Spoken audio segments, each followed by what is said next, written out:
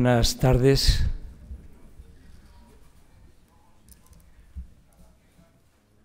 Cuando hace unos meses antes del verano nos reuníamos para preparar este ciclo de conferencias plural, alguien echó sobre la mesa el nombre de Javier Solana como ponente.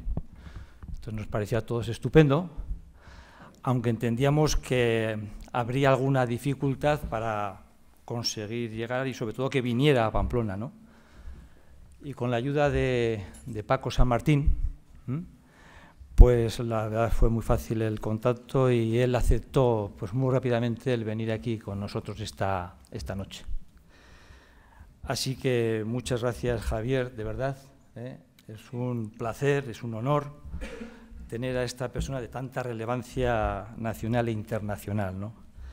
Y muchas gracias a ustedes por venir, una vez más, numerosos. Sabemos que es un día un poco delicado, víspera de puente, llueve, pero bueno, eso se agradece mucho más, el hecho de que se hayan animado y para hacer entre todos un poco más de sociedad, ¿no? Y hacer que esto sea un poco mejor, ¿no? Bien, yo voy a repasar unos cuantos hitos, los hitos más fundamentales de su trayectoria, de su vida, que es, como bien saben, mejor que yo, tremendamente vasta, extensa y de gran relevancia. Javier nace en Madrid, estudia en el Colegio del Pilar y en el año 65 obtiene la licenciatura en Ciencias Físicas en la Universidad Complutense de Madrid. Justo después, prácticamente justo después, un pequeño paso por el CSIC, se desplaza a Estados Unidos, donde permanece 5 años con una beca Fulbright para formarse en investigación. Allí se hace doctor en el año 68 y en el 71 vuelve ya a España y después de un paso breve por la Autónoma de Madrid que se acaba de crear, consigue la cátedra en el área de conocimiento de física del estado sólido en la Complutense de Madrid, con 33 años.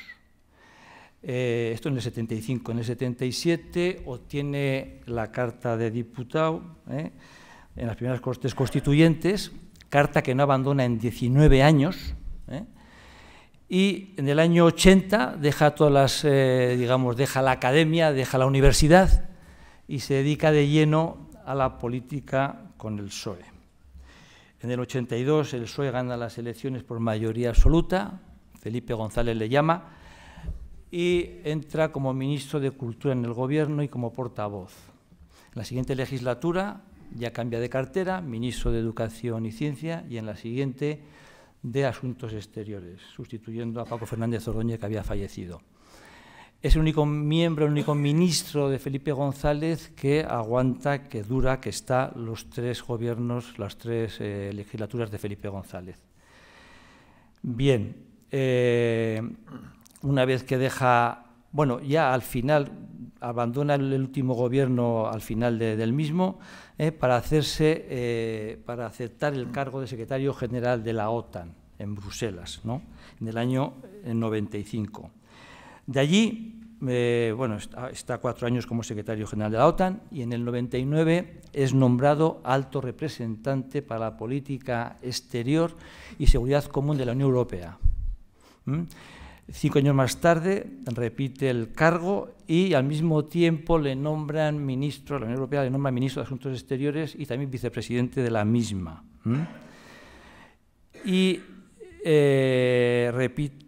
Y luego sí, ya hasta el año 2009, en que ya abandona estos cargos y de alguna forma deja Europa y vuelve por aquí, por España, donde tiene pues montones de ocupaciones, como pueden imaginar, y trabajo. Ahora, sobre todo, le gusta mucho la docencia, claro, no cabe duda de que fue durante un tiempo profesor de universidad, y está en ESADE, en la Escuela de Negocios ESADE, y es responsable de la cátedra de liderazgo y gobernanza política, qué nombre más bonito, ¿no? Bien, es un hombre que, como saben, tiene montones de distinciones, montones de honores, montones de acreditaciones, distinciones, en fin, de todo, ¿no? Hasta 25 le he contado yo como de relevancia, ¿no? Por ejemplo, es premio Carlomagno de la ciudad de Aquisgrán, premio que habían recibido antes el rey Juan Carlos y también Felipe González, y creo también que lo recibió Salvador de Madariaga, creo que también, que es tío segundo, tío abuelo, y porque claro, él se llama Javier Solana Madariaga, ¿no? Bien, luego también es caballero de la orden del Toisón de Oro, es honoris causa por la London School of Economics, en fin, tiene montones de... Pero yo creo que fundamentalmente yo creo que es un gran europeísta, es un demócrata convencido y es un buen español, creo yo, resumiendo su larga trayectoria y un poco su... Bien, esta noche esta tarde nos va a hablar de... Él ha puesto un título a la conferencia que es Un mundo incierto. A mí me parece un título, nos parece que es precioso, está muy bien. Sobre todo, claro, a mí sin querer se me desliza un poco la mente y digo, bueno, un mundo incierto y también una España incierta. ¿Y por qué no también una Navarra incierta? Estamos viviendo tiempos complejos, tiempos complicados, tiempos duros, yo creo que a veces convulsos, que posiblemente sepamos cómo hemos llegado a ellos o no, pero quizá intuimos, ¿no? Claro, lo bonito sería ahora saber o conocer cómo salir de ellos, ¿no? Cómo salir de forma ordenada y rápida, ¿no? Para conseguir de nuevo cotas de progreso y desarrollo equilibrado, desarrollo justo, desarrollo solidario, ¿no? Y claro, todo esto tiene que ser dentro de lo que es dentro de un marco de concordia, dentro de un marco de respeto, de libertad. Es muy fácil decirlo, pero quizá no tan fácil de conseguirlo, ¿no? Yo me imagino que aunque él nos va a hablar sobre todo de política internacional, a lo mejor podemos sacar algunas claves esta noche, ¿no? Y que nos pueden ayudar a ver un poco mejor el futuro, ¿no? En fin, de nuevo, Javier, muchas gracias, de verdad, sinceramente, es un gran honor, como he dicho al principio, y nada, le dejo con él. Luego habrá un pequeño coloquio para el que quiera, para hacer alguna pregunta. Muchas gracias.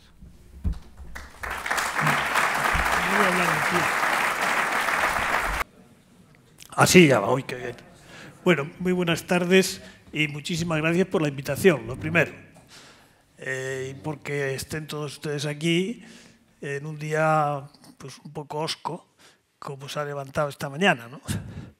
Pero yo quería no darles a ustedes una conferencia, sino dentro de lo posible tener una conversación, aunque no hablemos todos, pero que nos sintamos en una atmósfera de conversación, de hacernos preguntas a nosotros mismos mientras hablamos. Yo me las haré a mí mismo en silencio mientras hablo y vosotros, pues a ustedes lo hacen. Y luego podemos tener un coloquio como la longitud, lo que ustedes quieran. Yo estoy a su disposición. Vamos a ver, ¿el mundo es incierto? Sí, el mundo es muy incierto.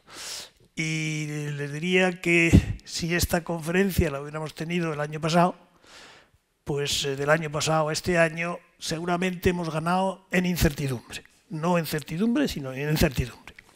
Y por lo tanto, el que entendamos un poco por qué hemos llegado hasta aquí y cómo salir de aquí, yo creo que es muy importante. Pero no saldremos bien de aquí si no sabemos cómo hemos llegado y cuáles han sido los temas importantes que han tenido lugar, que eso nos han hecho que el mundo se haya transformado en lo que es, que tenemos un presidente en los Estados Unidos que no esperábamos, que nunca en los Estados Unidos en el siglo XXI pudiéramos tener un presidente de esa naturaleza, que tenemos en China un presidente que en el último congreso de su partido ha decidido que no tiene sucesor, por lo tanto se va a suceder él a sí mismo. Bueno, por ponerles dos cosas.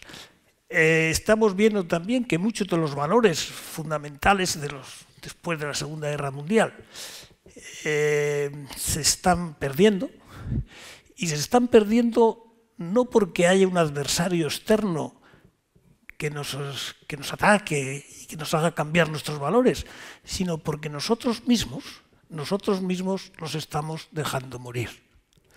Y esto es lo más grave de lo que estamos viviendo en este momento, porque los valores se están perdiendo también en nuestras sociedades y en nuestros países. no nos ataca nadie, digamos, pero nosotros solitos estamos haciendo que nuestros propios valores se vayan cayendo, los propios valores históricos. Bueno, vamos a empezar. Yo voy a hacer un pequeño repaso de los últimos años y al calor de esos repasos entraremos en algunos de los momentos más importantes de estos años y podemos o parar o seguir, o luego cuando queráis el coloquio pues podemos meter lo que queráis para... Vamos a ver. Yo quisiera que nos situáramos al principio del siglo. Estamos en el siglo XXI, no estamos en el siglo XX. Muchos de nosotros hemos vivido la mayor parte de nuestra vida en el siglo XX, pero muchos de los que viven hoy han nacido en el siglo XXI. Los líderes de nuestro país han nacido en el siglo XXI o muy tarde en el siglo XX y van a vivir en el siglo XXI todas sus vidas. Por lo tanto, es un cambio muy importante, cambio de siglo fundamental. ¿Y cómo empezó ese siglo? Empezó ese siglo con un par de cosas que nos asustaron y que todavía estamos, en cierta manera, asustadas por ellas. La primera fue el derrumbamiento de las Torres Gemelas. Recordaos que empezaba el siglo y nada más el primer año del siglo tuvimos una catástrofe monumental de terrorismo en Estados Unidos. Y todos nos sentimos solidarios. En aquel momento todos decíamos somos neoyorquinos, ¿no? Y todo el mundo se solidarizó con ello, etcétera, etcétera, etcétera.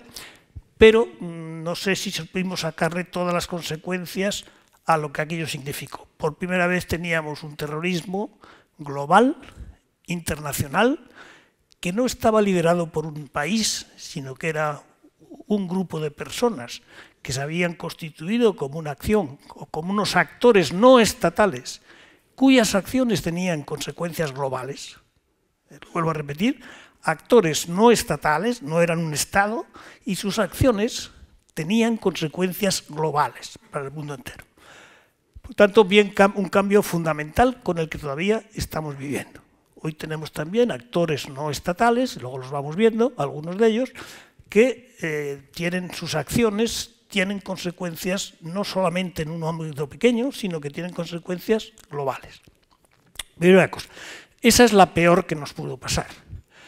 Lo que nos pasó también en el mismo, más o menos un poquito unos meses después, fue una cosa muy importante que tiene que ver con China. China empieza el siglo y está creciendo ya a un ritmo del 10%. Fijaros lo que es un país tan grande creciendo al 10%, llevaba ya algunos años y tenía ya los mercados de comercio mundial bastante controlados. Pero no formaba parte China de las organizaciones fundamentales internacionales encargadas del comercio mundial. La Organización Mundial del Comercio, que es la organización más importante que regula cómo se hace el comercio mundial para que no haya abusos y que haya las suficientes normas que se cumplan, etcétera, etcétera. Luego veremos que no se están cumpliendo, pero China no estaba en esa organización. Y China se admite, en el principio del siglo, en esa organización. Por tanto, China ya operaba desde el principio de este siglo como un jugador en el ámbito del comercio mundial, en el ámbito de la economía global, como un jugador aceptado, digamos, en el club de los países desarrollados, que estaban ya en vías de desarrollo y respetados. Bueno, pasan los años y en el año 2003, como consecuencia seguramente de lo que había pasado con las Torres Gemelas, el presidente Bush, el segundo presidente Bush, toma una decisión muy equivocada, a mi juicio, y que tiene consecuencias que todavía no se han curado del todo, que es la guerra de Irak. La entrada de la guerra en Irak fue una decisión que rompió los acuerdos con los consensos más grandes que existían entonces.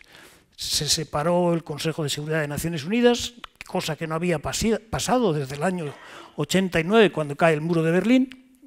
Primera vez que hay una separación tan brutal en el Consejo de Seguridad de Naciones Unidas. Se rompe la Unión Europea, se rompe España, se rompen los países por el desacuerdo que había sobre la acción sobre Irak. La acción sobre Irak, que pensadla por un momento, es una acción muy dura, sin duda, pero sobre todo lo que fue la demostración de que no sabían los que la tomaron, y ya solidariamente todos los que de alguna manera pues, entendíamos cómo estaba el mundo, lo difícil que es acabar una guerra de ese tipo. Y todavía hoy no está acabada. Hoy Irak no tiene un gobierno del que soñábamos que iba a tener. Hoy Irak no tiene todavía, no ha sido capaz de aclararse cuánto quieren mandar los chiitas y cuánto quieren mandar los sunitas en ese país, que era una mezcla de los dos. Por lo tanto, fijaros, años después, todavía tenemos consecuencias fundamentales en Irak todavía. Y en el terrorismo internacional todavía tenemos algunas. Vamos a ver si vemos ahora alguna cosa de otra naturaleza. ¿Qué pasa con las relaciones nuestras con China? Europa con China, Estados Unidos con China, con Rusia. Recordar en la caída de los muros de las Torres Gemelas, el presidente Putin, que entonces acababa de llegar a la presidencia, la primera vez que llegó a la presidencia, va con el siglo también Putin. Si os acordáis, tiene unas conversaciones muy cariñosas con Bush, y el presidente Bush dice esa frase que todavía algunos recordaréis: le miré a los ojos y vi un hombre con que se podía hacer negocios. Había una relación estrecha en esos momentos prácticamente entre la comunidad internacional como un todo. Bueno, pues duró eso relativamente poco. Rusia empezó a separarse de la posición de Estados Unidos muy rápidamente, por razones que luego si queréis las explicamos y que os interesa, pero empezó a haber una separación y una falta de confianza enseguida, que se recuperó un poco con el presidente Obama, pero que seguía y sigue sin estar bien acogida. Bueno, tenemos entonces esa situación y viene lo peor que nos ha pasado pasar, porque nos cogió por sorpresa a todos en un mundo que estaba todavía empezando el siglo y con muchos problemas por resolver todavía, sobre todo con la globalización, y nos viene el primer golpe de una crisis económica absolutamente inesperada, el año 2008. El año 2008 tiene tres cosas importantes que tendréis que recordar. La más importante, sin duda, es la crisis económica, no es la primera. En el año 18, en el verano del año 18, fijaros lo que ha cambiado el mundo. Se acababa el mundo, la Unión Soviética se rompe en el año 89.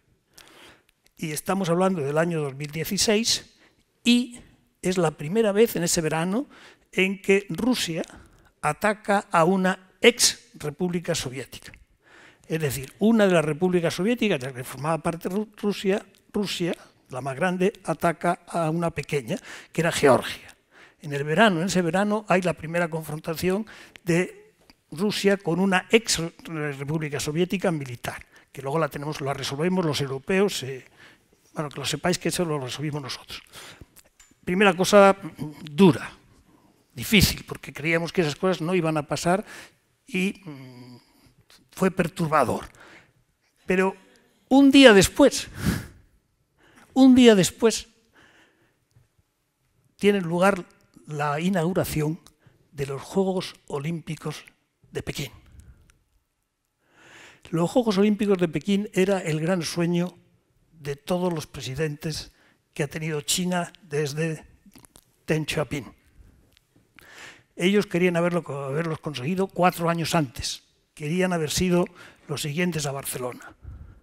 No fue posible, no había confianza todavía con China para darle semejante responsabilidad.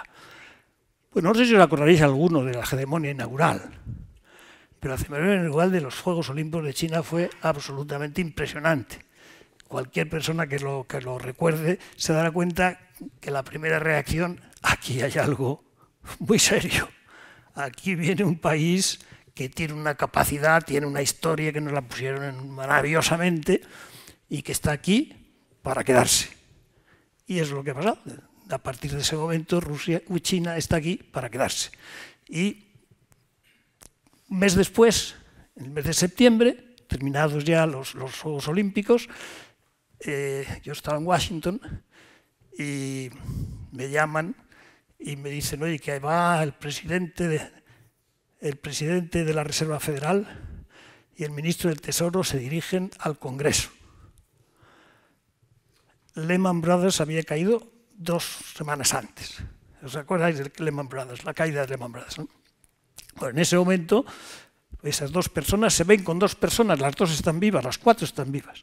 Las dos personas que llevaban era el presidente de la Reserva Federal, digamos el presidente del Banco Central de Estados Unidos y el ministro del Tesoro de Estados Unidos, van al Congreso y son recibidos por la presidenta del Congreso y el senador Dodd, que era el senador responsable de las materias de finanzas en los Estados Unidos, en la parte del Senado de los Estados Unidos.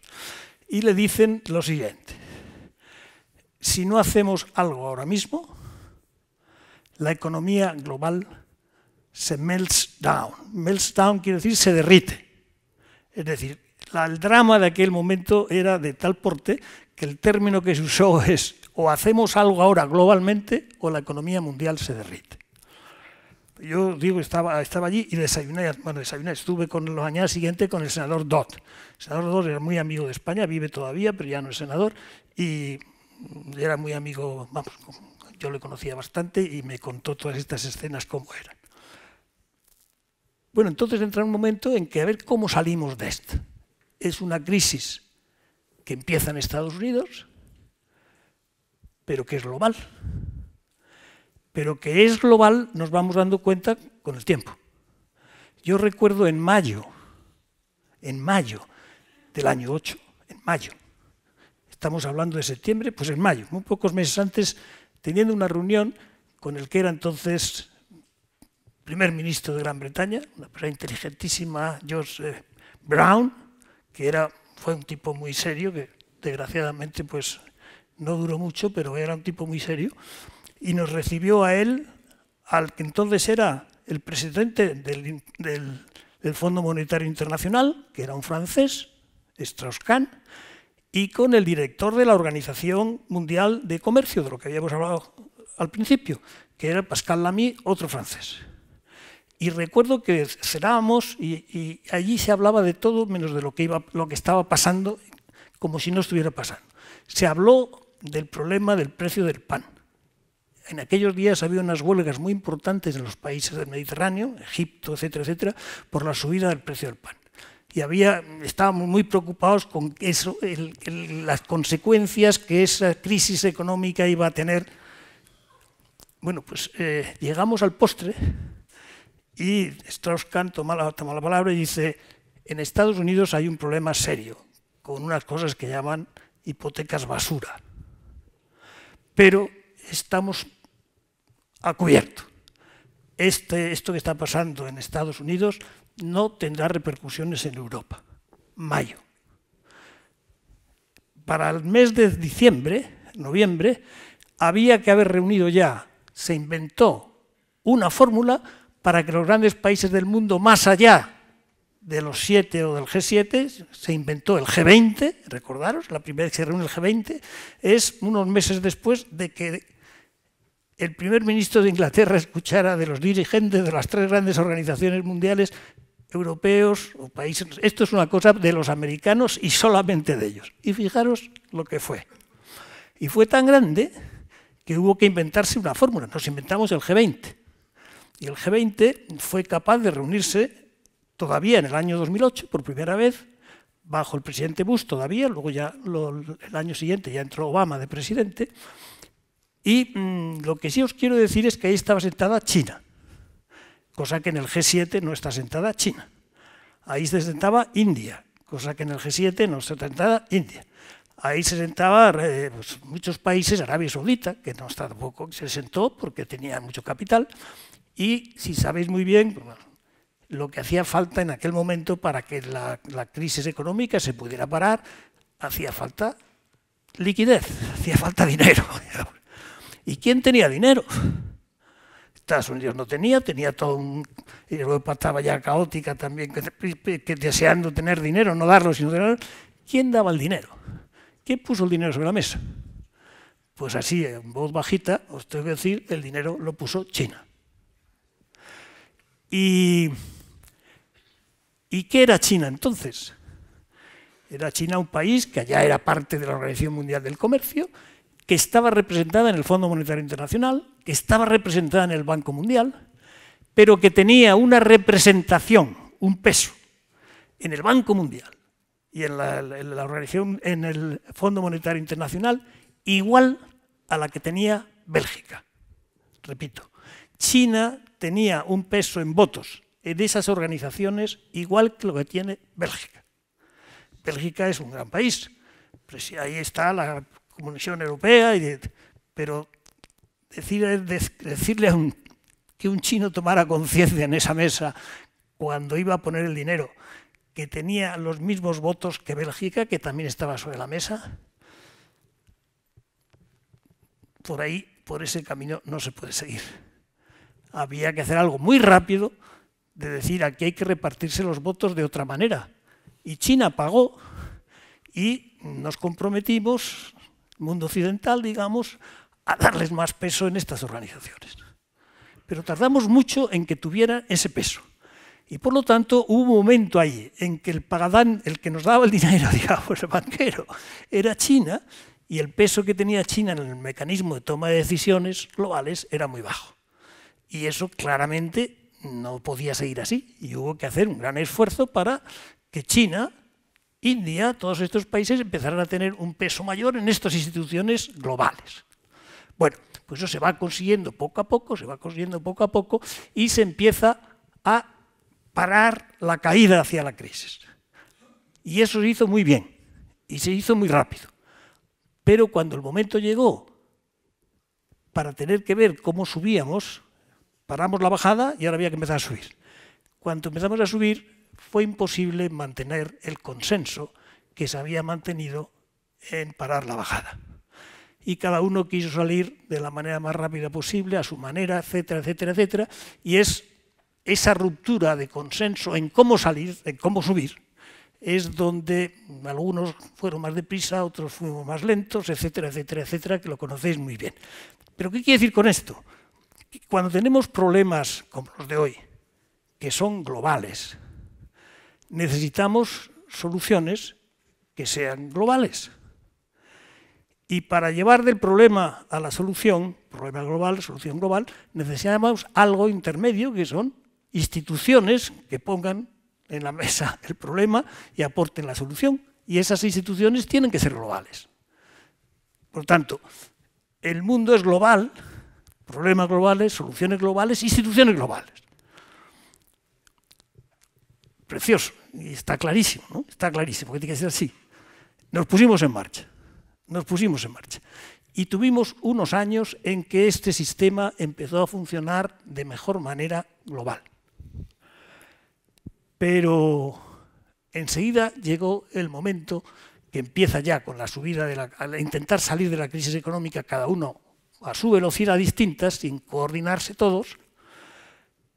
Nos dimos cuenta, o se dieron cuenta, todo el mundo se dio cuenta, que esto no podía seguir así, que había que hacerlo más deprisa. Entonces incorporamos más a China, incorporamos más a India, incorporamos más a todos los países y hicimos algo que pudiera parecer una organización, no digo un gobierno, porque no es gobierno global, pero un instrumento de gobernanza global para los temas económicos.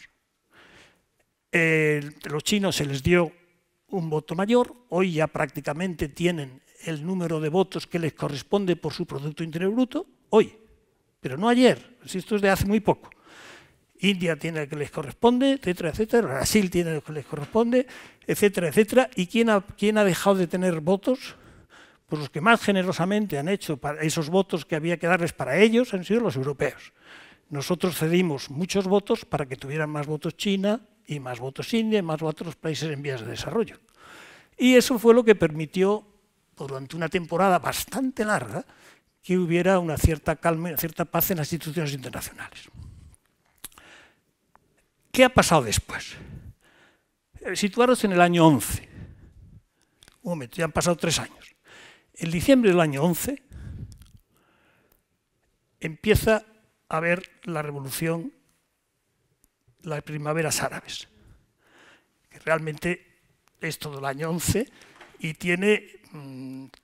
da una gran sorpresa a un mundo que estaba preocupado por los problemas económicos de nosotros mismos y de repente en una parte del Mediterráneo, países complejos que de alguna manera estaban relacionadas con el 11 de septiembre, es decir, países que habíamos dejado de mirar y de cuidar y de repente entran en una crisis muy grande que empieza en primavera y acaba, pues, en algunos sitios en un invierno muy crudo, en otros sitios en una zona otoñal, pero en ningún sitio realmente salieron los frutos de una primavera. Y lecciones de todo eso. Porque los que teníamos más responsabilidades estábamos subsumidos por los problemas económicos, pues no tenemos la capacidad de seguir mirando a otras cosas que estaban pasando. Y fijaros lo que pasó. Hoy todavía tenemos en Siria una situación de guerra. Y esa guerra nace por la primavera árabe. No os creáis que nace por otra cosa, nace porque hay unas gentes que quieren acabar con el presidente Assad, y el presidente Assad se defiende y pide ayuda, y pide ayuda a Teherán, le da a Teherán ayuda, luego le da a Rusia ayuda, etc. Y dura, fijaros lo que dura, todavía no hemos cerrado esa guerra. Y me paro un minuto en esta guerra, porque esta guerra tiene unas consecuencias enormemente dañinas para Europa, enormemente dañinas. Seguramente, cuando lo explique, os daréis cuenta que seguramente es la guerra que más daño nos ha hecho a los europeos. Y no tuvimos ni los ojos claros ni la visión clara de cómo hacer que esa guerra se parara. Fijaros, poneros un momento en el año 2015. En 2015 hay un enorme número de refugiados que salen de Siria. 2,5 millones en muy poco tiempo. Y atravesan y vienen a Europa. Y ponen a Europa en uno de sus momentos más difíciles de gestionar. Cuando aparecen 2,5 millones de refugiados en las fronteras europeas, no os lo voy a contar, lo habéis vivido. Todos habéis vivido lo que pasó. Las insolidaridades, la falta de visión, la falta, etcétera, etcétera, la falta de sentido común, el no haber sido capaces de encontrar y de reconocer y volver a pensar que la ley de defensa de los refugiados es una ley que hicimos los europeos, para nosotros, después de la Primera Guerra Mundial y después de la Segunda Guerra Mundial.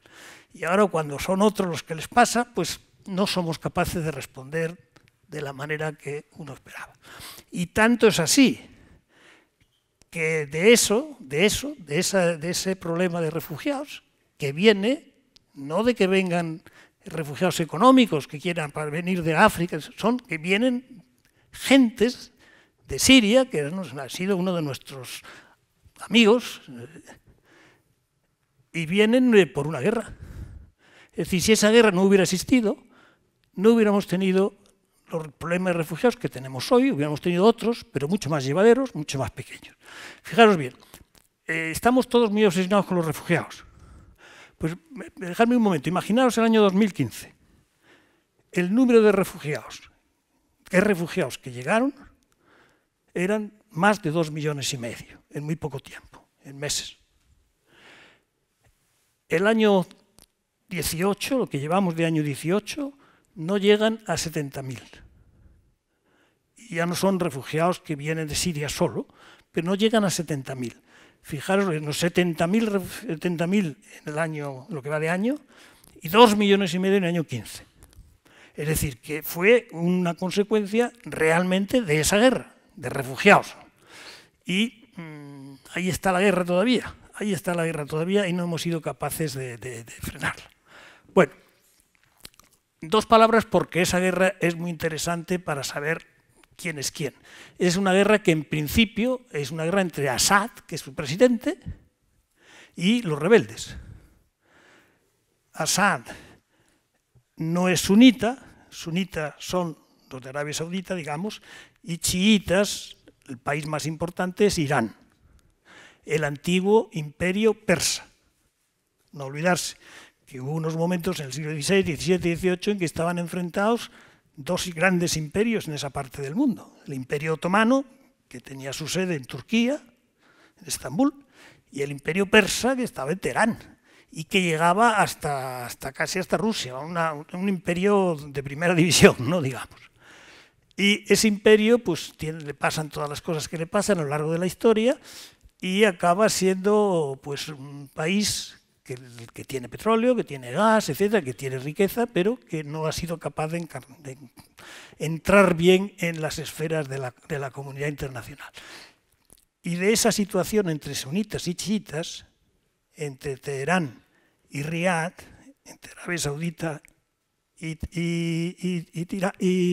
Irán, estamos viviendo muchas de las cosas que están pasando en esta parte del mundo y que tienen enormes consecuencias porque los dos son grandes suministradores de petróleo y de gas al mundo.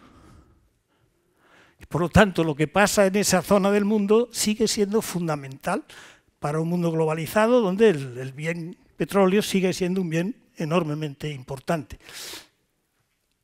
¿Qué es la novedad? La novedad es que en el año 12, por poner un año, 12, el 11, el 13, empieza a aparecer en Estados Unidos una cantidad de gas y de petróleo inesperado. El sueño de todos los presidentes de Estados Unidos en la historia ha sido tener un país autónomo energéticamente. No lo conseguían. Trataban de buscarlo por todos sitios, al final pues se quedaron con los grandes países de Oriente Medio, dieron todos los golpes que había que dar para que los que mandaban allí estuvieran a su servicio y eso fue. Pero ahora Estados Unidos, con el fracking, suena del fracking, el shale gas y todas esas cosas, hoy Estados Unidos es el primer productor de gas y en cierta manera de petróleo, de esa manera, de fracking, producto del fracking, no producto de una bolsa que está en el cielo, sino producto de las rocas, que también evidentemente tienen cosas de apartar por los siglos y los siglos y los siglos, pues tienen también gas y petróleo dentro, y es otra forma de romper, no son las bolsas que se hay que hacer drill, ¿no? Hay que empujar, hay que sacar con presión, sino que esto es al revés, romper la roca y que salga de dentro lo que queda de gas. Bueno, pues eso le pone a Estados Unidos en una manera extraordinariamente nueva. Y eso le pasa al final del presidente Bush y todo el periodo del presidente Obama y, por supuesto, el presidente Trump. Pero, pararos un momento a pensar, si Estados Unidos, que ha sido un país que ha tenido una repercusión, una potencia en el mundo y en algunas partes del mundo muy grandes por su necesidad de gas y petróleo, ¿qué pasa el día que es el que tiene más gas y más petróleo? O casi. Se pregunta uno, ¿tendrán el mismo interés por la zona en que han estado viviendo? ¿Les importará más la guerra de Siria o menos? ¿Les importará más Arabia Saudita y Teherán o menos? Bueno, pues vamos a ver qué ha pasado. Pero en cualquier caso, lo que es verdad es que la hoja de importaciones y exportaciones entre Riad y Estados Unidos hoy pone 0. No pone 0 porque sería muy escandaloso poner 0, pero pone una décima parte de lo que tenían hace 10 años. Bueno, gran problema. Y gran problema también por el precio del petróleo. ¿Quién fija el precio del petróleo? La OPEC, que era quien fijaba el precio del petróleo, ahí no está Estados Unidos. Por lo tanto, la OPEC, que lo mandan realmente los países árabes y Rusia, creen que pueden seguir controlando el precio del petróleo, pero ya no lo pueden controlar. Bueno, son una parte importante del control, pero no son los únicos que tienen que mandar. Entonces, la relación de fuerzas en el mundo cambia de una manera muy importante. Pero fijaros que esto pasa en el año 11, 12, 13, 14, 15 del siglo XXI. Cuando cae el muro de Berlín en el siglo XX, al final del siglo XX, ¿quién se iba a imaginar que a la primera década del siglo XXI, a la década y media del siglo XXI, íbamos a tener esta relación de fuerzas tan distinta? ¿A quién se deben ahora los árabes? ¿En quién piensan los árabes? En China. China no tiene petróleo. China es posible que tenga el mismo gas o el mismo petróleo, la misma calidad de petróleo que tiene Estados Unidos, pero no tienen agua suficiente para explotarlo. China es un país que tiene un potencial déficit de agua importante. Entonces no lo van a explotar, no lo quieren hacer. Entonces, ¿qué hacen? Pues hacen que los países Arabia Saudita, Qatar, etcétera, etcétera, empiecen a mirar para allá, empiecen a mirar para allá y empiecen a hacer los negocios, las negociaciones, precios, etcétera, etcétera, con un mercado inmenso que es el de China. Es decir, que el mercado de China e India para los saudíes es realmente igual de importante que el de Estados Unidos y no ponen condiciones, digamos. Sí, lo que estamos viendo es ese gran cambio en la estructura mundial y en los flujos de poder, etcétera, que están pasando en el mundo de hoy. Bueno, yo lo que os quería decir para empezar a cerrar es que el año último de Obama, 95, pasan dos cosas muy importantes en la globalización y en los mecanismos de solución de problemas de la globalización mediante el consenso de unas organizaciones globales, que es uno, el Gran Tratado del Cambio Climático de París. Ese es un enorme esfuerzo que se hace, que no se había hecho en Kioto, que no fuimos capaces de hacerlo, pero que en París se hizo un acuerdo fantástico sobre el cambio climático. Y muy basado en la confianza que tenía Obama, que había generado con los chinos. Es decir, el acuerdo fundamental en este mundo del cambio climático, los grandes polucionadores, digamos, son fundamentalmente los chinos y los americanos. Y un acuerdo entre chinos y americanos haría que todos los demás fuéramos capaces de ir detrás, ¿no? Se hizo. Todos encantados, todos felices. Bueno, ha habido eso. Un éxito enorme de la comunidad internacional, un éxito enorme de la cooperación, un éxito enorme en las instituciones internacionales que fueron capaces de reunirse y de sacar acuerdos, etcétera, etcétera. Íbamos por la buena dirección. Segunda cosa que pasó fue la gran negociación sobre Irán. Recordar que Irán estaba en el camino de generar una bomba nuclear o avanzar hacia esa dirección, cosa que nadie quería que pasara. Y se hizo una negociación, que la empecé yo en el año 2005, pero la acabó Obama, y se llegó a un gran acuerdo con Irán. Dos grandes acuerdos del año 15, dos grandes acuerdos que dan la sensación de que había un suficiente acuerdo, consenso entre distintos países para afrontar aquellos problemas que son globales, el cambio climático y la proliferación nuclear. No hemos hablado de Corea todavía, pero bueno, no sé si tendremos tiempo para hablar. Pero os dais cuenta que parar Irán desde el punto de vista de la proliferación nuclear era muy importante. Imaginaros otro país nuclear en el Mediterráneo. Pues potencialmente un gran lío. Bueno, todo eso está estupendamente, va todo bien, por lo menos parecía que iba bien, y salen dos cosas verdaderamente sorprendentes, que cambian el ritmo en el que estábamos viviendo, que era un ritmo donde íbamos reconociendo poco a poco, cada vez un poquito más, que este mundo era global, que este mundo requería que nadie podía resolver los problemas solos, que por lo tanto necesitábamos instituciones y cooperación de todos, y por ahí vamos moviéndonos con estos dos grandes cosas de acuerdos en el París y en Teherán. La llegada al poder de Trump y el Brexit son dos manifestaciones de que íbamos demasiado ciegos de por dónde iban otras realidades. Porque en un mundo global, en un mundo donde es necesario todo eso que estamos hablando, ¿qué sentido tiene que Inglaterra quiera ir sola? No tiene ningún sentido, no tiene ningún sentido.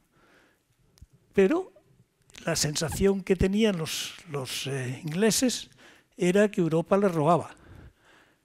Recordáis, ¿no? Que me devuelvan el dinero, decía la señora, que me devuelvan el dinero. Pero hombres, mujeres y hombres de Inglaterra, pero si estáis viviendo en cooperación con Europa y estáis usando el dinero de Europa más o igual que los demás. Es decir, no os vamos a devolver el dinero. Pero ¿cómo nos dais cuenta de que es una posición absurda? De que tenemos que estar juntos y cuanto más juntos mejor, y cuanto más solidarios mejor. Bueno, pues empezó lo que ha empezado en tantos sitios, que es el nacionalismo, una especie de pseudopopulismo, unas tecnologías que han sido capaces de generar de una noticia un mundo o de una mentira otro mundo, y lo que estamos viviendo en estos momentos, que es lo que nos está poniendo en una situación compleja, porque de donde pensábamos que íbamos, pues resulta que no vamos tan no vamos tan bien como pensábamos que íbamos. Y luego, si pensáis un poco más, en Estados Unidos el presidente Trump no ha hecho, desde que llegó, nada más que romper todo aquello que huela a multilateral. El primer día que llega a la presidencia, rompe los acuerdos multilaterales que estaban a punto de ser firmados con el mundo de Asia. A los pocos días acaba también saliéndose de los temas de justicia internacional. Es decir, American first, América delante, América primero. Pero imaginamos un momento, si América primero y China primera y Europa primera, esto es la confrontación. Si todos decimos queremos ser los primeros, no, hay que decir el mundo primero y nosotros cooperando haciendo un mundo mejor. Eso era la filosofía en la que creíamos que nos íbamos a estar, que nos estábamos moviendo. Pues por abajo corría otras tendencias que nada tienen que ver con eso y que muchos estáis aquí hoy, no porque esto, estáis por otras cosas, pero que no son muy distintas de lo que os estoy contando. Creíamos que en un mundo global, en un mundo de cooperación, las cosas iban a ser de otra manera. Y de repente nos hemos encontrado con que hay fuerzas todavía que son capaces de poner en cuestión los valores, las formas de actuar, etcétera, que teníamos desde antes, desde después de la Segunda Guerra Mundial, y que seguimos manteniendo después de la caída del muro de Berlín. Es decir, se hizo bien aquella operación, se hizo bien, y que seguíamos con ellas hasta la llegada de la crisis, no tanto a la salida de la crisis, pero por lo menos hasta el principio de la crisis seguíamos así. Bueno, ¿qué ha pasado? ¿Por qué ha sido todo esto? ¿Venía esto larvándose y no nos dimos cuenta? Pues seguramente algo de eso pasaba. Pero fijaros en este momento lo que tenemos, un mundo donde la primera potencia dice que quiere ser la primera potencia. Y hoy compite no con Europa, compite con China. Y China ya hoy, el Producto Interior Bruto de China, no por cápita, pero el Producto Global de China es superior al Producto Global de Estados Unidos. Y en el comercio mundial sigue siendo Europa la primera fuerza. La fuerza más importante de comercio en el mundo es la Unión Europea. Y el segundo es China. Y el tercero es Estados Unidos. Es decir, que están cambiando las cosas muy rápidamente y estamos generando también lo que está pasando en Estados Unidos, una frustración de American First, de que no nos quieren, de que les estamos robando, ha llegado a decir, ¿no? Ha llegado a decir el presidente Trump en la Asamblea General de las Naciones Unidas en el mes de septiembre, llegó a decir que la Unión Europea es una construcción que tiene como objetivo aprovecharse de Estados Unidos. Dixit, quotation, Dixit. Cuando fue el plan Marshall era de ellos y nosotros estábamos muy agradecidos de que nos hubieran ayudado. ¿Cómo se puede pensar ahora que esa construcción era una construcción para que nosotros nos aprovechemos? Bueno, es el mundo al revés, el mundo de locos. Pero fijaros lo que os he dicho, volver a pensar. Trump en la situación que está. Putin, demasiado putinista, ¿no? Quiere quedarse y quiere estar para siempre, ¿no? Y le gusta mucho meterse en líos, ¿no? No hemos hablado de la entrada de Rusia en Siria, pero es una cosa importantísima, geoestratégica. Hago un paréntesis. En la Unión Soviética, había una única base militar fuera de las fronteras de la Unión Soviética. Y esa base estaba en Siria. Cuando vino los tiempos malos de la Unión Soviética, no había economía, aquella base prácticamente se destruyó, pero ahí estaba la base. Cuando empezó la guerra en Siria y Rusia vio estaba ya Putin enfadado, etcétera, etcétera, y vio un momento y se ha vuelto a meter en Siria y no se va a ir, se va a quedar en Siria, porque dice, aquí estuve yo y aquí me quedo. Y que vengan a pactar conmigo. Y bueno, pues muy probablemente tendremos que pactar, tendremos que hablar, porque no nos vamos a ir. Nosotros no nos vamos a ir a la guerra con Rusia, desde luego.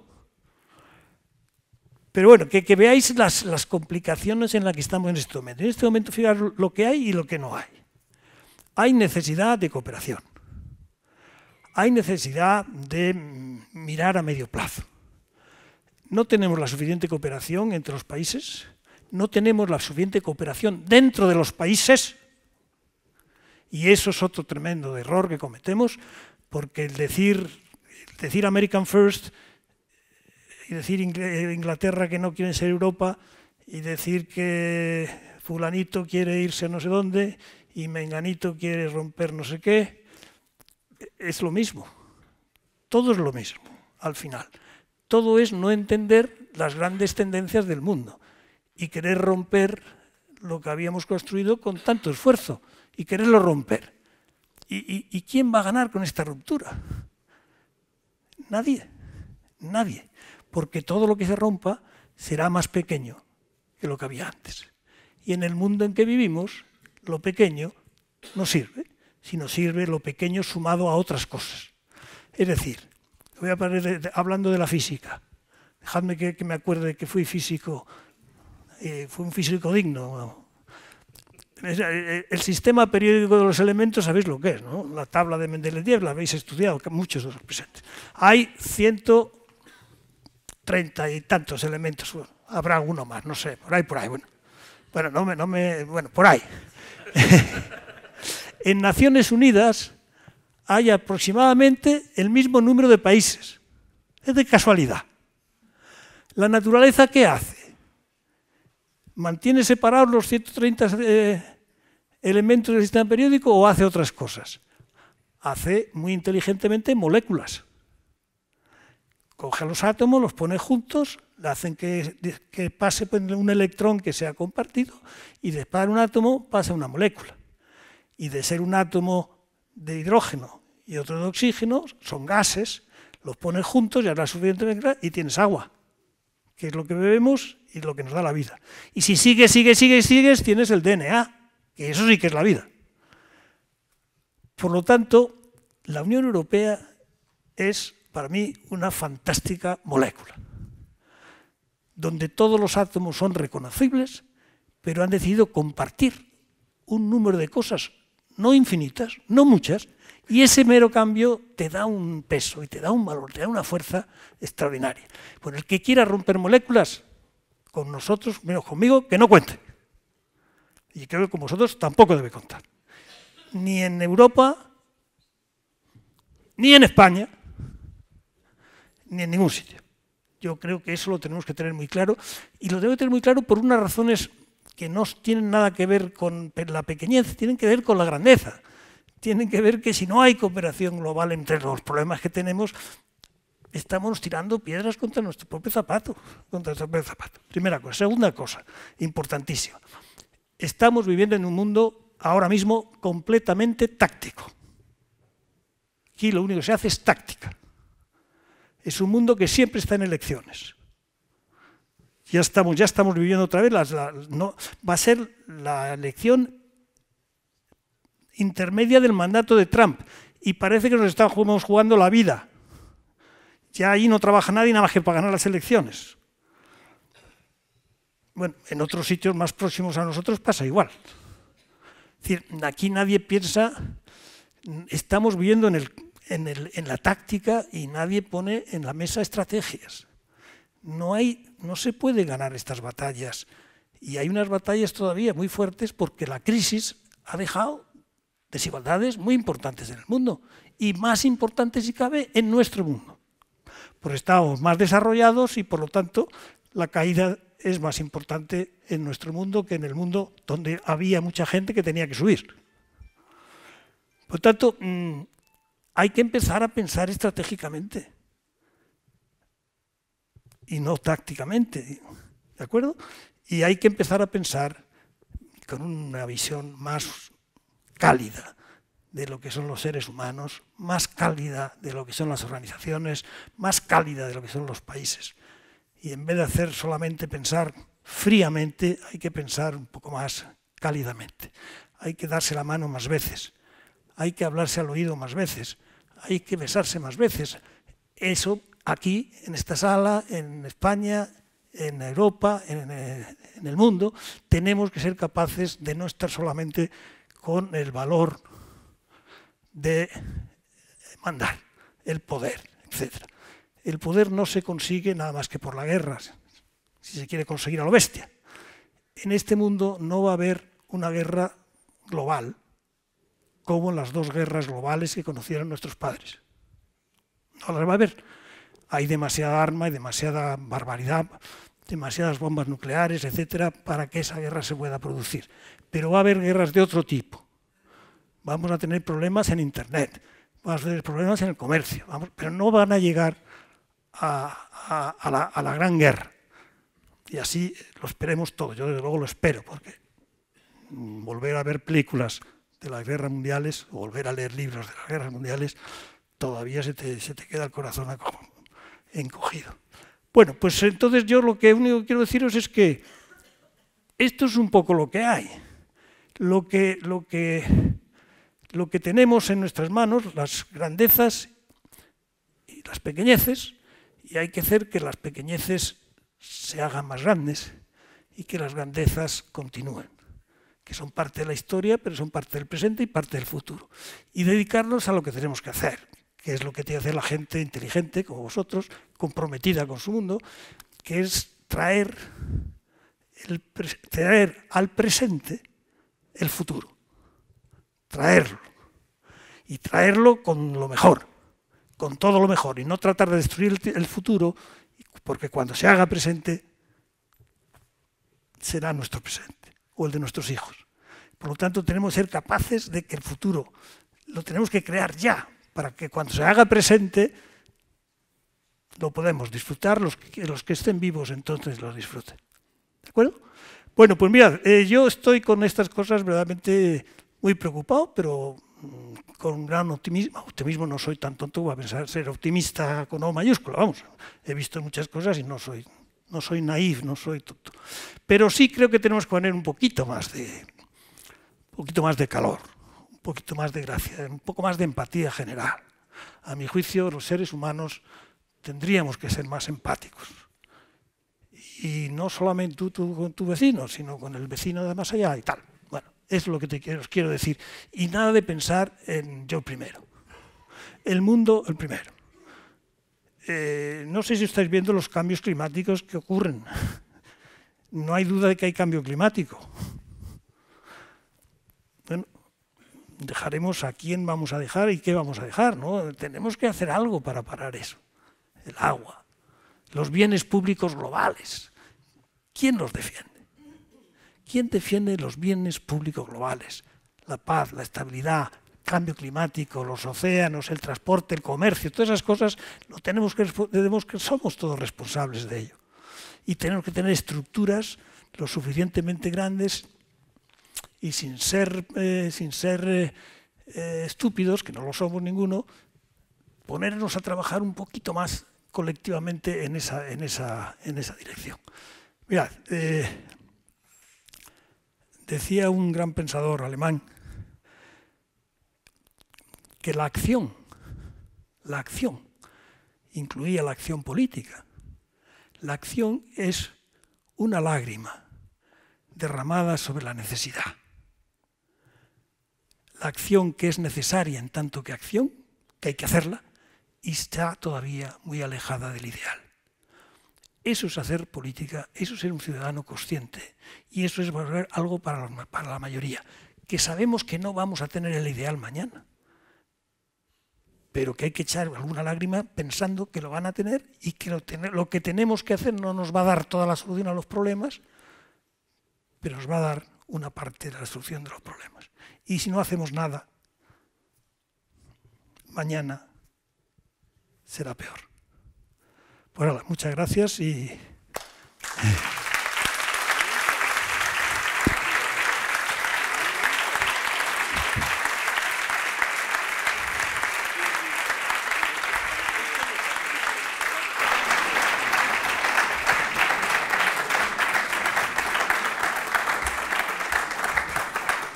Bueno, vamos ahora a hablar, ¿no? Que hasta ahora solo he hablado yo, ahora tenemos que discutir un poco. ¿Hablamos? Sí, por supuesto. ¿Te quieres sentar? No. Muy bien. Pues nada, está abierto el turno de palabra. Yo estaba pensando, si tuviera que definir la conferencia con 2 palabras, yo diría, sería inteligente y entrañable. Realista y optimista al mismo tiempo, ¿no? Realista y, por tanto, algo triste, pero al mismo tiempo optimista, ¿no? Ha habido cosas muy interesantes, incluso yo creo que son, como decíamos al principio, podrían ser aplicables, ¿no?, a nuestro mundo más cercano, ¿no? Creo que te has definido claramente en 2 o 3 aspectos, que yo creo que ha hecho sonreír a la mayoría de los que aquí están presentes, ¿no? Bueno, está abierto el coloquio, el debate. No quiero. Tú das la palabra que veis por ahí, me parece. Sí, por favor, Jesús. Sí, Jesús, sí. Buenas noches y muchas gracias. Como usted ha estado tanto tiempo, incluso en el gobierno de nuestro país, a mí me parece que ahora este país tiene unos políticos muy mediocres, me parece. Creo que no se preocupan del país, sino de sus intereses particulares, y no estoy hablando de un partido o de otro, estoy hablando en líneas generales. Me parece en general, porque hay de todo, ¿no? A veces unos políticos muy poco preparados, incluso a nivel, bueno, de estudios, de lo que sea. O sea, parece que lo que están haciendo es unas carreras personales dentro de la política, y todo eso creo que en parte explica, desde mi punto de vista, el desinterés que tienen por los problemas que son realmente importantes. Cuando uno ve algunas leyes que se hacen, no digo que no puedan ser importantes, pero es que tú ves que hay cosas mucho más importantes y nadie les mete mano. Me ha parecido muy interesante lo que ha hablado del problema de los refugiados, de los sirios estoy hablando ahora. Yo no creo que nuestros políticos se estén preocupando realmente de lo que nos va a pasar pues dentro de muy poquito. Es decir, una población totalmente envejecida, una población que va a necesitar un montón de gente de fuera, que igual no nos gusta, pero es que es así. Con lo cual, por ejemplo, los sirios, por poner un ejemplo, que encima eran gente preparada, quiero decir, muchos de ellos, porque salían por una guerra, no salían por un problema económico. Y luego, los otros que tenemos, que son los inmigrantes económicos, también van a venir, porque o les ayudamos en origen o a ver qué es lo que van a hacer, no tienen nada que perder. Yo comprendo que a veces nos desagrade, porque el cambio y la incorporación, ¿no?, de gente que es diferente puede ser... Pero ¿qué hacen los políticos? Y entonces, esto ya es, digamos, la pregunta o casi le increpo a que usted haga algo, no sé. Porque mire, usted que ha sido político y ahora, por ejemplo, al partido al que usted ha pertenecido es el que está en el gobierno, a mí me parece que son nuestros políticos los que con sus miras tan pequeñitas y tan cortas hacen que los ciudadanos no tomemos, yo creo, la medida de los problemas que realmente tenemos. Son ellos, yo creo, tanto a nivel europeo como a nivel, por ejemplo, aquí, los que nos tendrían que hablar de todas estas cosas que yo muy brevemente he mencionado, para que nosotros fuéramos también conscientes. Me sigue, ¿verdad? Y eso podría extenderme más, pero creo que es suficiente. Sí, es suficiente. Con lo cual, usted también, que tiene amigos en esas alturas, podría hacer algo. De acuerdo. Vamos, yo creo que le contesto en un minuto. 2 cosas. Los políticos eran personas como nosotros.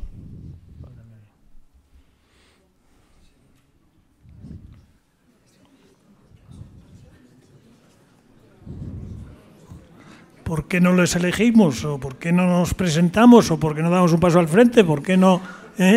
También. Hay que hacer algo también, no hay que ofrecerse, hay que querer hacer algo, ¿no? Y algo estáis haciendo, ya lo sé. La segunda parte sí te quería hacer una reflexión sobre la migración. Mirad, y me paro un poquitín. La inmigración económica no la migración, digamos, de refugiados, la económica, que es la que vendrá un día, vendrá por... hay que arreglarla urgentemente por nuestro bien y por el bien de ellos. Porque los que se están saliendo, como veis, tienen que pagar mucho dinero para salir. Los pobres de verdad de allí no salen, no emigran.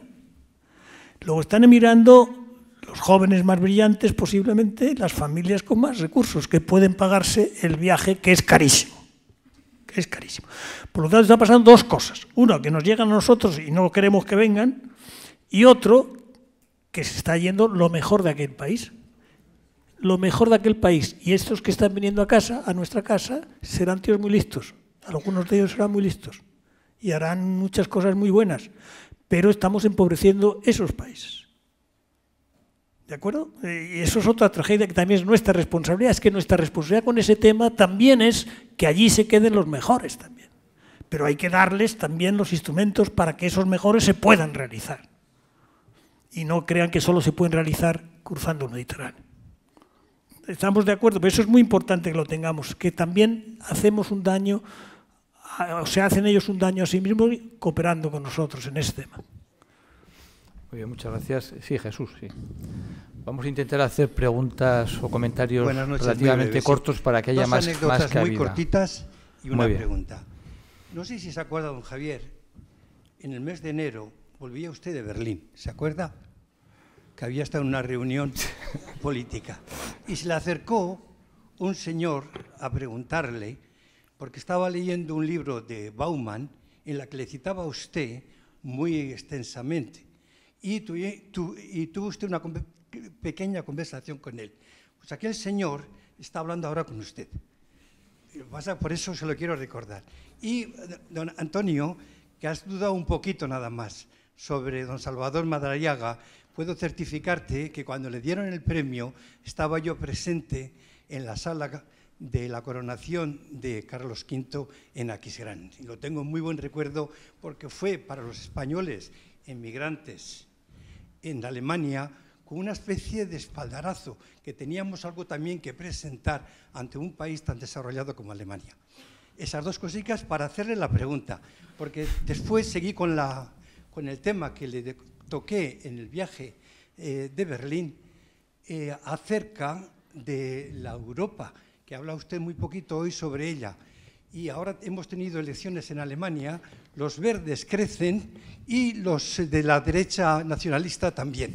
Y yo me pregunto, y esta es mi pregunta a usted, que ha dicho que hay que traer el futuro al presente, pues haga usted un ejercicio de traerlo y dígame usted qué en Europa vamos a tener el año 2028. Exactamente el año 2028. No lo sé. Pero yo, mira, aquí sí que soy más optimista que la media. Lo he vivido muy de cerca, he trabajado muchos años, casi 20 años, que he sido ministro de Asuntos Exteriores de España también, que era mucho de ello era también europeo, ¿no? Yo creo que superaremos todo esto porque lo necesitamos superar y vamos a tener un problema quizá con los Estados Unidos a ver cómo gestionamos esa relación, porque ahora está tensa. Es la primera vez que yo he vivido una tensión en la guerra de Irak, pero ahora una tensión más profunda y más larga, digamos, más larga. No os olvidéis que estamos sometidos al mes de noviembre, es decir, mañana pueden ponernos las sanciones en cosas muy gordas los americanos.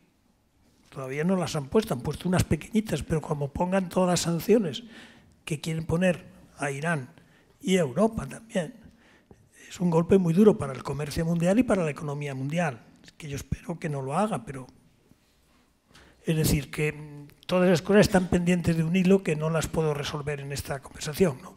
Pero sí creo que vamos a tener una Europa a más velocidades, a distintas velocidades. Habrá unos países que vayan más deprisa, seguramente los que están hoy en la eurozona, y otros países que irán más despacio.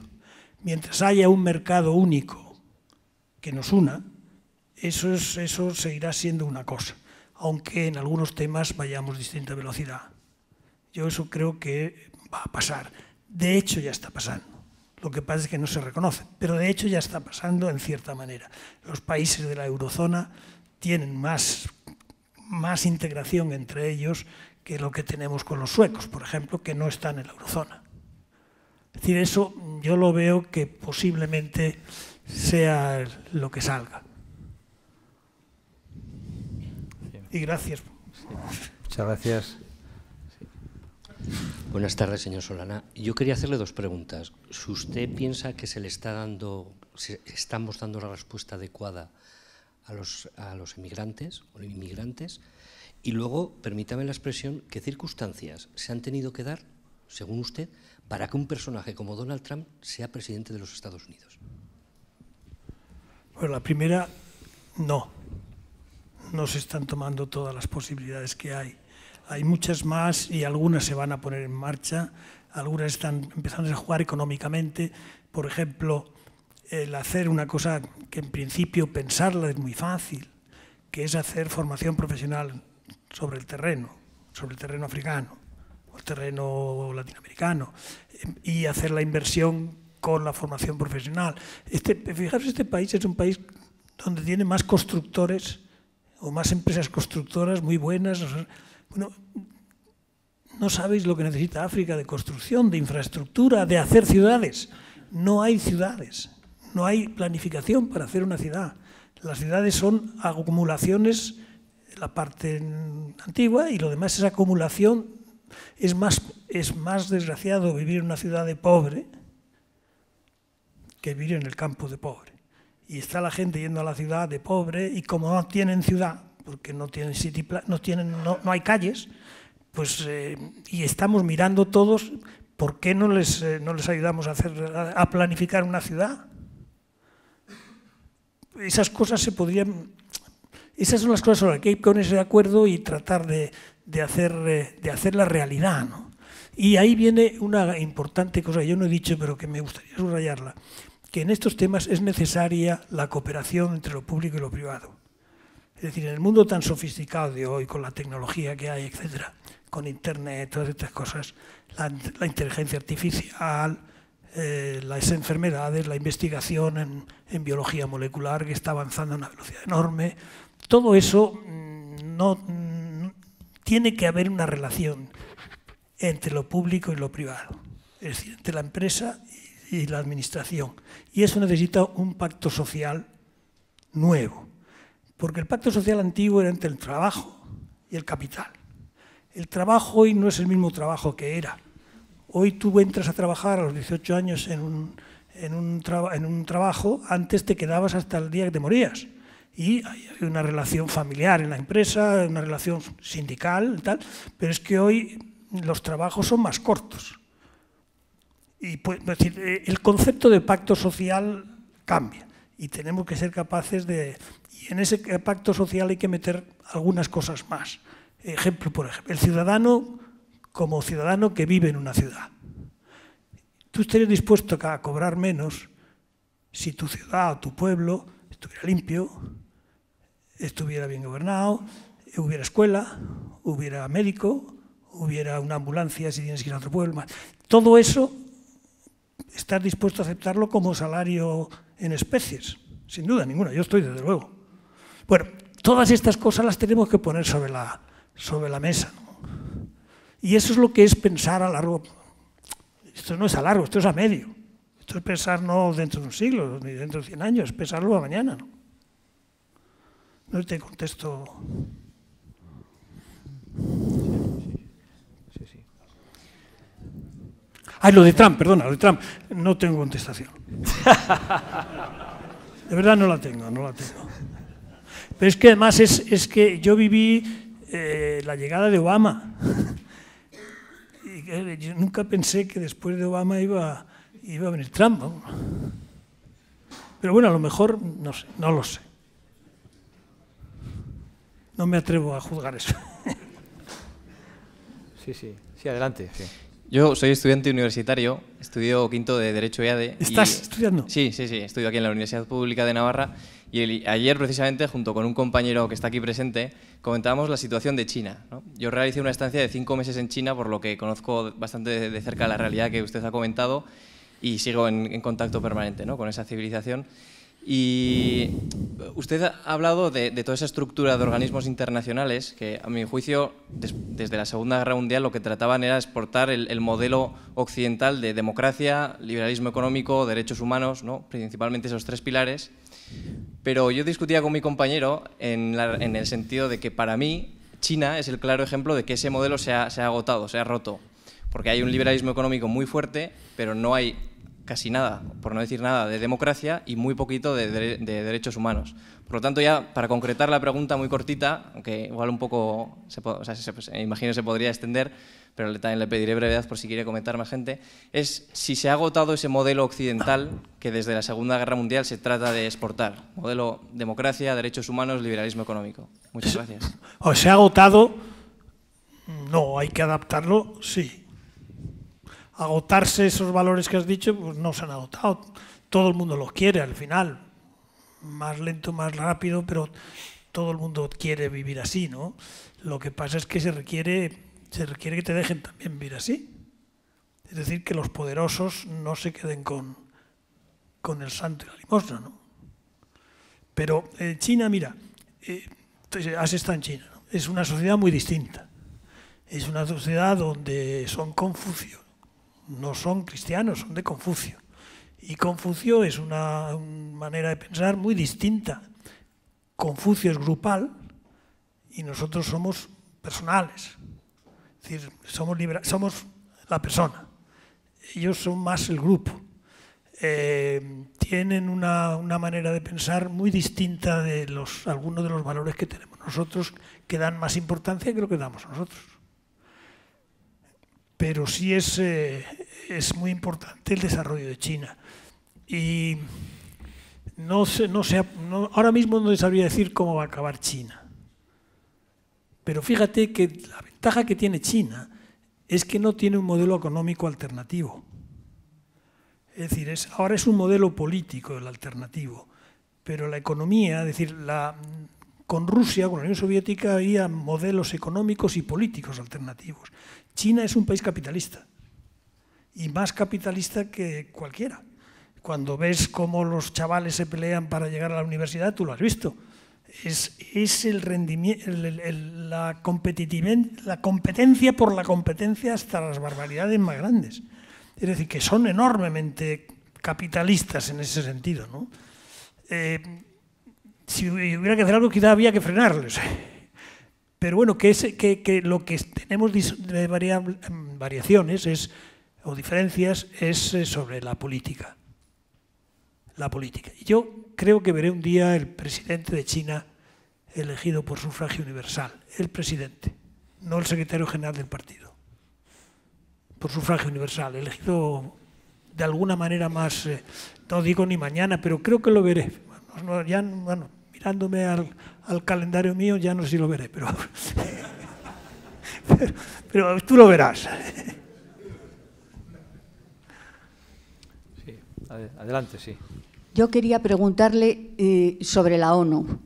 El modelo, los organismos internacionales que usted ha explicado muy bien, la utilidad, y todo el mundo la comprende, del Fondo Monetario Internacional, del G20, porque tienen un enfoque económico y vamos, sus estrategias son siempre dentro del liberalismo económico, pero las otras patas del modelo, que son la democracia y los derechos humanos, creo yo que la ONU sería la gobernanza para un mundo global, y además es lo que la ONU ha hecho siempre. Las agencias de las Naciones Unidas son las que han hecho los principios, los grandes tratados internacionales a favor de los niños, la mujer, el clima, etcétera.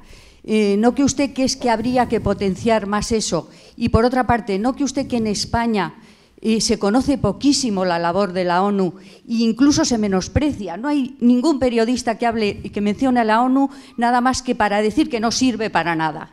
En este caso no ha hecho nada, en este caso no ha podido hacer nada. Creo que eso sería importante, porque también en España la mentalidad nacionalista, en el peor sentido de la palabra, que aquí lo sufrimos, y en Cataluña, y para hablar concretamente de cuestiones muy concretas, pues va en contra de todos esos principios. Creo yo que sería importante potenciar eso en España. Muchas gracias. Muchas gracias por la pregunta. Vamos a ver. Las Naciones Unidas es un instrumento valiosísimo, pero el corazón de las Naciones Unidas políticamente es el Consejo de Seguridad. Y en el Consejo de Seguridad están los miembros permanentes, son los, con gran tristeza te lo digo, pero son los países que tienen el arma nuclear. China, Rusia, Estados Unidos, Francia e Inglaterra. Y están ahí, no te digo más, pero que es muy difícil gestionar ese pero no las agencias. Tú has mencionado las agencias. Las agencias son lo que mantienen una de las grandes llamas ardiendo de las cosas buenas. Y es que hay agencias para casi todo. Hay muchas agencias que funcionan relativamente bien y que nadie las trae cuenta. Pero todo lo de la Organización Mundial de la Salud, lo de los niños, todas las cantidades de cosas que hay por ahí, todas están funcionando bien. Funciona peor la parte política porque tienen derecho de veto 5 países. No lo usan todos los días, pero el saber que lo tienen pues ya te hace estar un poquito más incómodo, ¿no? La mesa no es una mesa igual. Es necesario que haya alguno que tenga veto, a lo mejor, pero sería un buen gesto que algunos de los que tienen veto dijeran que no lo van a usar en según qué cosas. Por ejemplo, en temas relacionados con la guerra y la paz. Porque ahora utilizan el derecho de veto. Es decir, no hemos negociado más en Siria porque había vetos. Vetos es decir, que no se podía negociar. Te voy a dar una magnífica noticia. Magnífica noticia. Aparte de lo que ha pasado, que es trágico. Pero Arabia Saudita está en crisis. Hoy. Hoy, cuando digo hoy, hoy. El secretario general de Naciones Unidas hoy le ha dicho al representante de las Naciones Unidas en Yemen que reúna las partes para negociar. Y los Estados Unidos ha aceptado, Francia ha aceptado, Inglaterra ha aceptado, Rusia ha aceptado, y a lo mejor de este hecatombe sale lo que yo estoy pidiendo desde hace mucho tiempo, esa guerra de Yemen que es un absurdo de los mayores absurdos que hemos visto. Y es solamente ad majorem gloriam de un jefe de Arabia Saudita que tiene 30 años escasos o 35 años y que quiere pasar a la historia. Y ahí es una situación muy trágica. Pero la reacción tan rápida que ha tenido, que es de hoy, es de ayer y de hoy, vamos, no sé si fue de ayer o de hoy, pero hoy está ya se sabe, vamos a ver qué sale. Pero por lo menos ha habido un movimiento en esa dirección que tú apuntas con una cierta, decir rapidez, cuando llevamos 8 años o 9 años con esa guerra es una tontería, pero bueno, se ha aprovechado esta coyuntura para intentar mover. Sí, que a veces suena la flauta por cosas que no te esperabas que sonaran.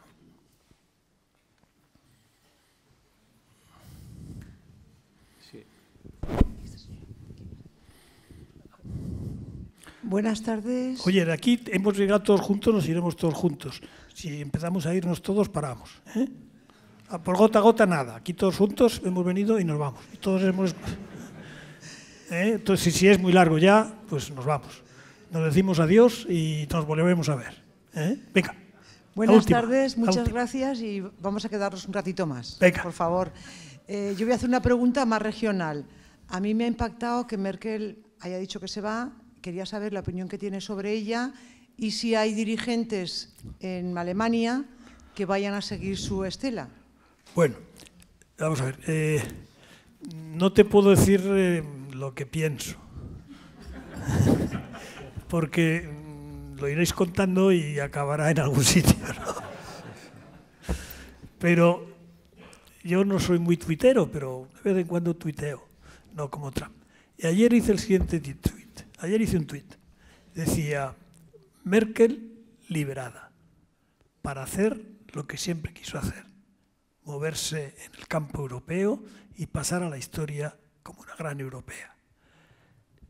Fíjate lo que no le saques mucha punta, pero yo creo que necesita estar liberada para dedicarse, recuperar a Francia, recuperar a España, intentar liderar algo en la buena dirección e irse, quedan 3 años, irse con una Europa más coordinada y más.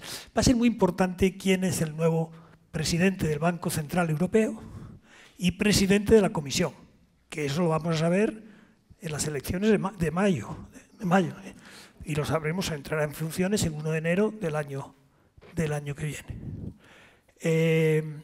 Ahí veremos cómo están las relaciones de fuerzas y yo creo que los alemanes se van a mover más hacia la Comisión que hacia el banco.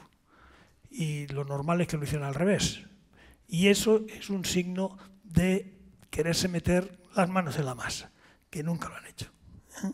Siempre han hecho los franceses, los ingleses, los que metían las manos en la masa. En cambio, los alemanes estaban siempre un poquito más distantes. Y yo creo que ahora van a meter las manos en la masa. Por lo tanto, yo lo voy a escribir esto y cuando lo escriba, que lo publicaré, me aplaudís si lo citáis. Pero que no corra mucho porque me van a decir que estoy loco, que nada, que ya está agotada y tal y cual. Yo no lo creo. Pero bueno. Y tiene una sucesora impector, ella, no sé si la tiene el partido entero, pero ella tiene una sucesora muy digna. Una chica majísima. ¿Cómo prevé que va a acabar el Brexit? Ajá. ¿Y las consecuencias para Europa? Ya. Vamos a ver, el Brexit cómo va a acabar todavía no lo sé. Nadie lo sabe. Yo creo que va a acabar bien. Bueno, bien quiere decir que se va a separar, pero se va a separar ordenadamente. Es que fijaros lo que es. Mira, imaginaros que Europa es un tapiz. ¿Cuántos hilos construyen el tapiz? Bueno, pues imagínate cuando se va uno, corta todos los hilos. Y se queda solo. ¿Cómo recompones eso? ¿Cómo recompones eso? Para todos, para el que se va y para los que se quedan, para todos es un problema. Pero de cientos y cientos de cosas que hay que negociar. Porque está desde los aviones de Iberia, si van a salir de Londres o no, hasta si los tomates de Málaga van a llegar a Londres o no, o cómo y a qué precio. Es importantísimo. Bueno, yo creo que eso va a dar luz un poco a lo que debería ser lo natural. Hay quien dice que a lo mejor se puede ir todavía a un segundo referéndum. Yo no lo creo. Pero bueno, hay un movimiento muy grande de ir a por un segundo referéndum. Yo creo que va a haber alguna noticia de aquí a fin de año. Porque si no hay el último Consejo Europeo de este año es en diciembre, a final de diciembre. Y luego ya entras en la mitad de marzo, es el final. Si no llevamos algo negociado para este Consejo Europeo, y ese día hay un pacto de última hora tramposillo que no se sabe muy bien qué va a salir, etcétera, yo creo que va a haber un acuerdo. Y el acuerdo, sabéis que ahora el único problema que queda serio es Irlanda. El problema serio es cómo tratamos a Irlanda, cómo trata Inglaterra a Irlanda. Y claro, Irlanda es un país europeo. Y una parte está en territorio que es británico que se va. Cómo tratan eso es un problema serio, porque Inglaterra no quiere aceptar que una parte de su isla se va, ni con frontera ni con nada, ¿no? Pero bueno, si ese es el problema, yo creo que hay soluciones. ¿De acuerdo? Pero todo esto es muy provisional, ¿eh? Aunque estamos ya casi el día último, todavía todo es casi provisional. Sí, yo le quería preguntar por Bolsonaro.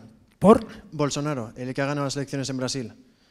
Si cree que se va a marcar un Trump y va a romper los tratados internacionales. Y también le quería preguntar por Corea del Norte, si cree que se va a abrir al mundo en los próximos años o si cree que se va a mantener igual. ¿Corea? Sí. Vamos a ver, sobre Brasil. Brasil es un país muy importante, más de lo que a veces pensamos. Es un país del que muchas empresas españolas tienen muchísimo dinero invertido ahí, Telefónica, por ejemplo. Para Telefónica una caída de la moneda brasileña es un drama, ¿no? Por poner un ejemplo, y hay muchas empresas así. Pero no solo por eso, Esto es lo segundo y lo menos importante, digamos. Lo más importante es que un país que parecía que... Se decía de Brasil siempre que era un gran país con un gran futuro sin presente. Siempre tenía futuro, pero nunca tenía presente, ¿no? Bueno, ha habido un momento que ha tenido presente, ha sido un país que ha tenido una importancia en Latinoamérica muy grande y que además ha sido un país que ha estado muy bien dispuesto al gran pacto entre América del Sur y Europa, que estaba a punto de firmarse Mercosur. Ahora este que ha llegado, que ha ganado, no quiere Mercosur, que es otro disparate. Pero bueno, no es un hombre de fiar. No sé si es mejor que Trump o peor que Trump, pero no es de fiar. Y vamos a ver el gobierno. El gobierno, lo que va diciendo ya del gobierno es terrible, ¿no?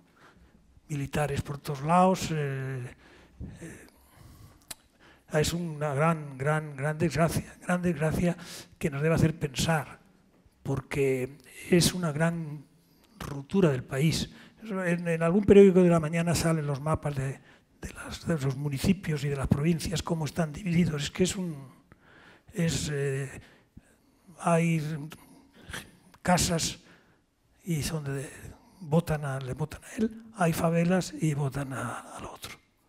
Es una polarización brutal en el voto. Sí, es un drama. Hay Corea. Bueno, Corea no se va a resolver con la amistad de Trump y el presidente de Corea, ¿no? Así no se va a resolver seguro, vamos. Pero, y no se va a resolver mañana. Este país no se va a desarmar totalmente, de manera fácil. Cuando tienes a Corea del Sur, que está lleno de militares americanos, y cuando tienes al Japón allí que está... Es decir, es un país que o China le apoya, Japón no le va a apoyar, porque Japón y Corea, ni el norte ni el sur nunca se han llevado bien. Es un país muy complejo, es Corea, junto o separado. Separado es más complejo todavía, pero vamos. Yo creo que hay movimiento para llegar a acuerdos, pero serán acuerdos que no serán al 100% satisfactorios y habrá que darle mucho tiempo para su implementación. Es decir, llegar a algún acuerdo con mucha vigilancia y que la implementación sea suficientemente lenta para que este hombre lo pueda asimilar. Esa es la mejor de las... No veo ninguna operación de bombardeo a Corea del Norte. Los que iban a morir son los coreanos del sur. Igual que los del norte. Ahí no hay la barrera, no hay barrera. Si es una catástrofe para cualquiera, para las dos Coreas, y eso no va a pasar, ¿no? Por lo tanto, estamos entre esa disyuntiva, ¿no? Entonces hay que tener mucha calma, mucha tenacidad, mucha calma y mucha tenacidad. Y eso los más listos del Departamento de Estado americano y los que están en el Departamento de Defensa lo saben muy bien. Y están en esta línea que yo te estoy diciendo. Muy bien, yo creo que, en fin, como vamos ya acabando. Yo estoy disponible, vamos. Queda quizá una pregunta. No, tantas no. Vamos. Bueno, pero que cortos para que los demás que se quieren ir les dejemos irnos. Venga.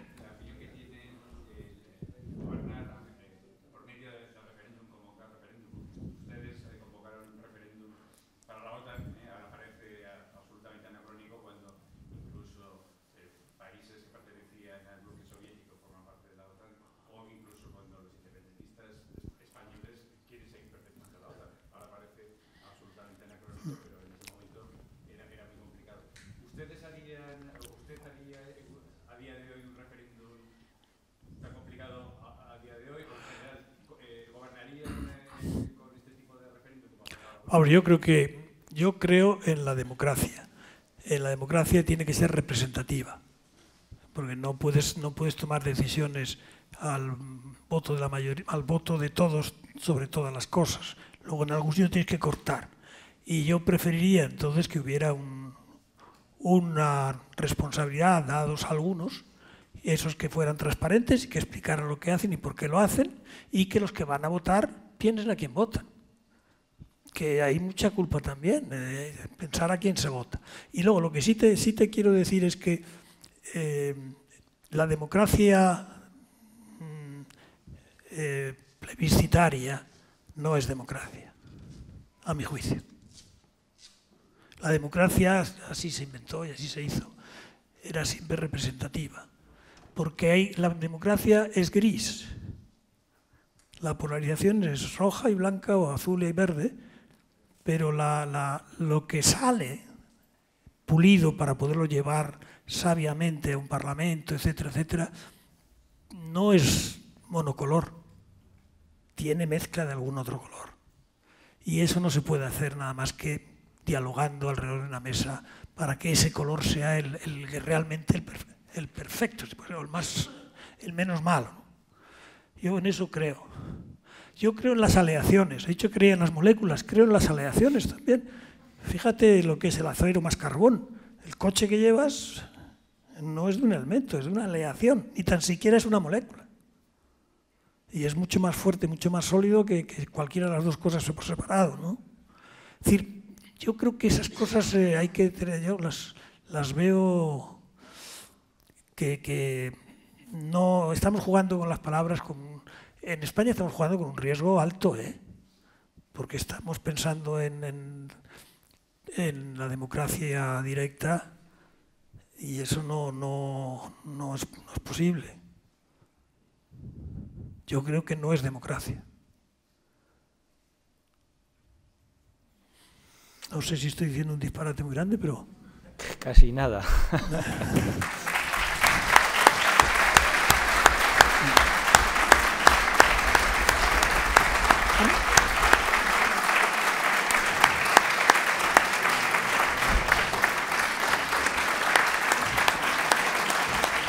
Bueno, muchas gracias.